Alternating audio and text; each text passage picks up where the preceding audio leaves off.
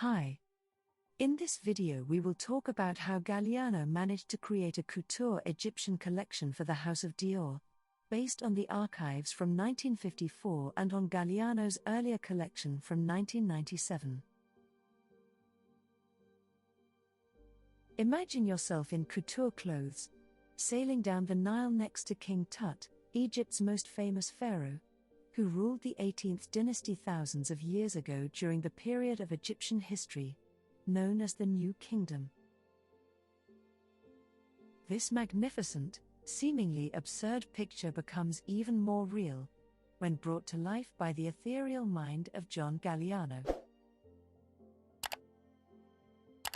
So John Galliano, returning from a trip to Egypt that included the Valley of the Kings, Cairo, Aswan, and Luxor, created the Haute Couture Spring-Summer 2004 collection, combining ancient Egyptian motifs with Christian Dior's memories of the 1950s H line, and photographs by Richard Avedon and Irving Penn, to, as the house says, celebrate the cult of the divine woman and perfection of elegance.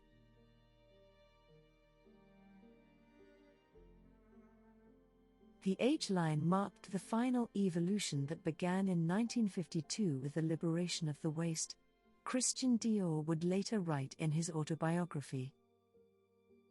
Almost immediately, the new line was dubbed the flat look, but it was never my intention to create flat fashion evoking the image of a running bob.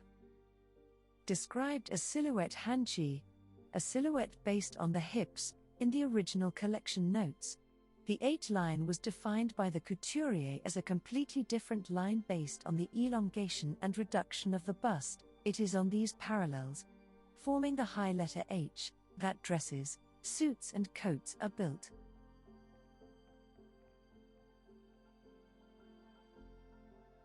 Thus, like the original H line, the silhouette was controlled, elongated, with a flat bust and thin, corseted hips, and was expressed through fitted column-shaped dresses, dresses with ribbons, pyramid-shaped collars and puffy dresses with hemlines folded in the shape of a lotus flower. Through the high and loose cut of the garments on the chest, draping, pockets or waist belts right at the hips, Dior achieved the long bust lying on the hips effect that became the defining feature of the season. And even decades. Years after, the Suzy Sphinx collection for Galliano's label of the same name, Fall-Winter 1997, the designer worked on what he called the Sphinx line. Elongated, narrow, loosened, but with the elegance of Avedon and Penn, creating a gilded fantasy that used every treasure available to atelier couture, gold leaf, azurite, snake, silver lamella, coral beads, to reference everything from Nefertiti and King Tut to hieroglyphics and tomb paintings.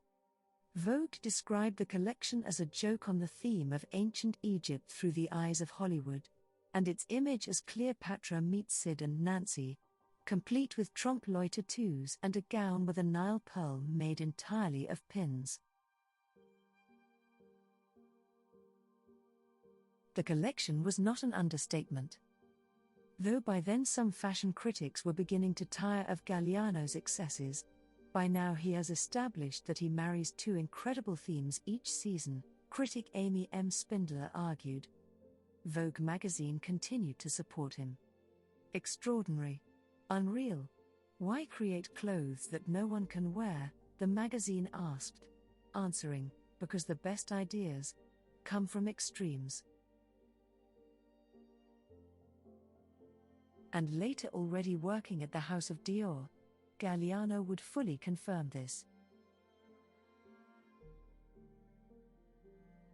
In his Spring-Summer 2004 couture collection for the House of Christian Dior, the designer drew inspiration from ancient Egypt, modernizing centuries-old cultural references into a dazzling spectacle of excess. Already with a great desire to show the history of an ancient civilization. What began for Galliano with an air tour of Cairo and Luxor evolved into a collection rich in cross-cultural inspiration, from exaggerated poses of ancient Egyptian statuettes to 1950s fashion photographs by Richard Avedon. Supermodel Erin O'Connor opened the show as Cleopatra, wearing a Nefertiti hat and Sphinx eye makeup, while leather outfits of reptile scales in gold and bright blue hues were complemented by egg-sized scarab earrings. Hieroglyphs and grave markings were used as decorative elements on the extreme evening dresses of the collection, and the models mimicked mummies in black and white silk dresses inlaid with precious stones, complemented by matching headpieces. The dazzling visual contrasts of the season were not limited to the combination of ancient and modern motifs in the collection. Galliano combined geometric shapes carved from gold mirrors with airy tulle dresses and corseted, structured bibs with flowing tiers of organza. In collaboration with London-based fashion designer Stephen Jones, metallic masks and feather headpieces inspired by King Tut complemented each look, and Galliano's Queens of the Nile walked the runway to a soundtrack that included the 1980s hit Walk Like an Egyptian by Bangle. Ornate accessories, from earrings and brooches in the shape of scarab beetles, to breastplates with eagle wings and turquoise necklaces, pyramid-shaped platform sandals and shoes adorned with coral and turquoise pearl ropes, added the final touch.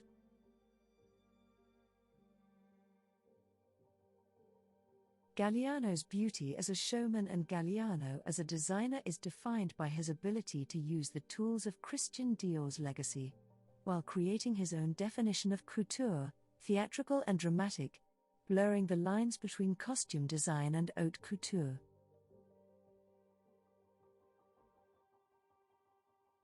One can argue about whether the collection is practical or wearable, but one thing is certain: John Galliano knows how to put on a show.